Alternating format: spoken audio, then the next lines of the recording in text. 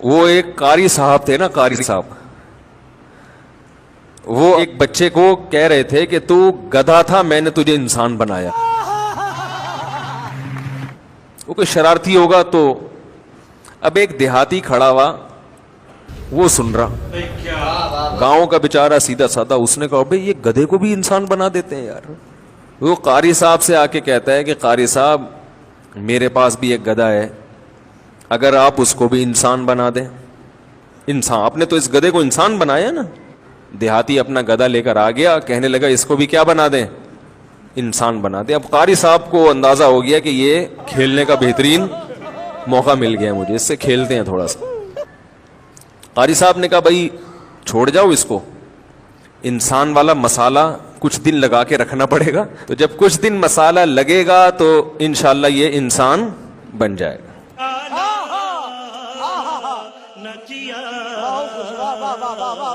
کچھ دن کے بعد آپ آئے، بھئی وہ کیا ہوا؟ انہوں نے کہا یار وہ غلطی سے مسالہ زیادہ لگ گیا ہے، وہ نارمل انسان نہیں، وہ جون پور کا جج بن گیا ہے. تو وہ جو جون پور کا جج ہے نا، وہ اصل میں تمہارا گدھا ہے جو جج بنا ہوا بیٹھا ہوا ہے وہاں پہ، وہ مسالہ زیادہ لگ گیا بس. تو یہ صاحب وہاں پہنچے دیہاتی، پہلے تو جج کو اشارہ کیا تو جج کو غصہ آیا، تو پھر گھاس لے کے اس کو دکھا رہے.